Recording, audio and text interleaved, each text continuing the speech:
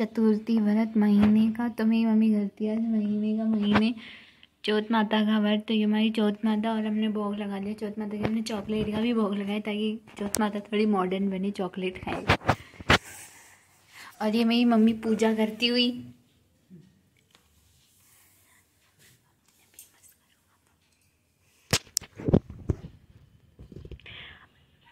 तो please guys, अगर आप मेरे ब्लॉग में नए हो तो मेरे चैनल को लाइक शेयर एंड सब्सक्राइब ज़रूर कर दें।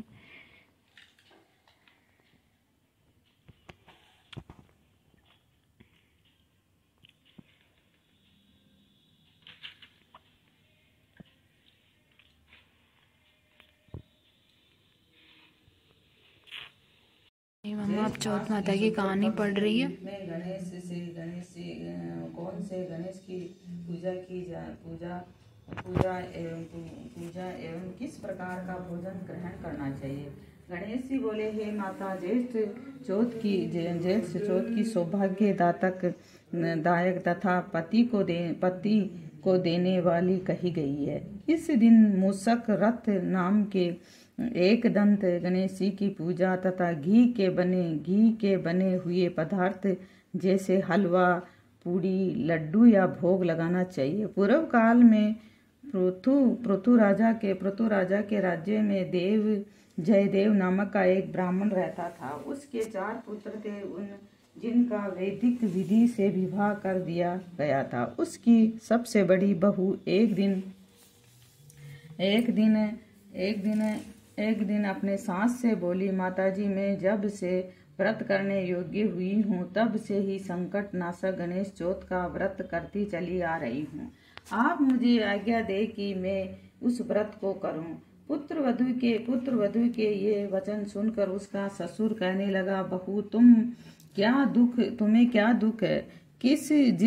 तो खूब खाओ पियो और भोगों को भोगो, इसकी तुम्हें क्या आवश्यकता है। कुछ समय बाद उसे एक पुत्र की प्राप्ति हुई और समय के साथ वह पुत्र विवाह के योग्य हो गया। इधर गणेश व्रत को छूटे काफी समय हो गया था। अंत गणेश्वर रुष्ट हो गए थे। अतः पुत्र के विवाह में सुमंगली के समय गणेश जी ने उसके पुत्र का हरण कर लिया। पुत्र को न देखकर बड़ा ही हाहाकार मचा। इस अनहोनी घटना में वह माता ने अपने पुत्र के हरण के समाचार सुनकर वह रोने लगी और अपने ससुर जयदेव से बोली, आपने मेरे गणेश चौथ के व्रत को छुड़वा दिया, इसी से मेरा पुत्र गायब हो गया। ये सुनकर जयदेव भी बहुत ही दुखी हुआ। अब जयदेव की पुत्र वधु और पौत्र वधु अपने स्वामी के लिए प्रति मास संकट नाशक गणेश चौथ का व्रत करने लगी। एक बार गणेश जी दुर्बल ब्राह्मण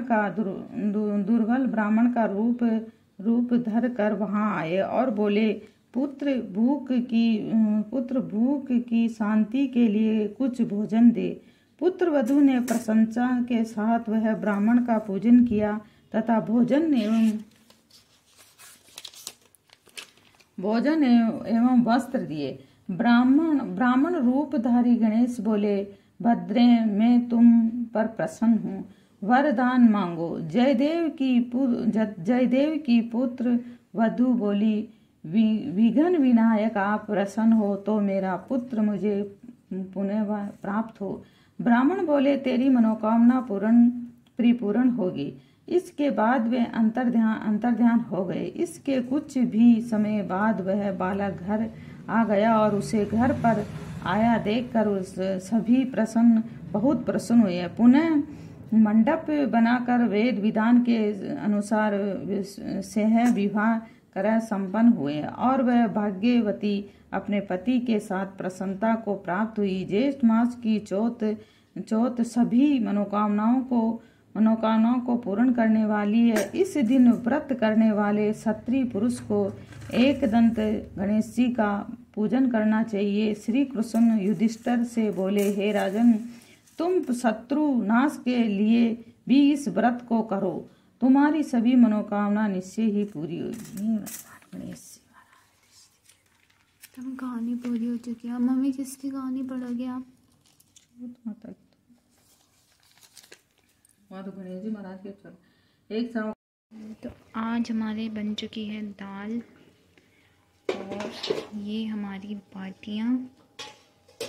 ये हमारी बाटियों के लिए हमने घी ले ली। ये हमारी दाल बाटी रेडी हो रही है खाना खाने के लिए। हमारी चौथ माता की व्रत की दिन की जोत जलाते हुए चौथ माता की जोत देख रही है। अगर आपको मेरा ब्लॉग पसंद आया हो तो please like share and subscribe ज़रूर करें।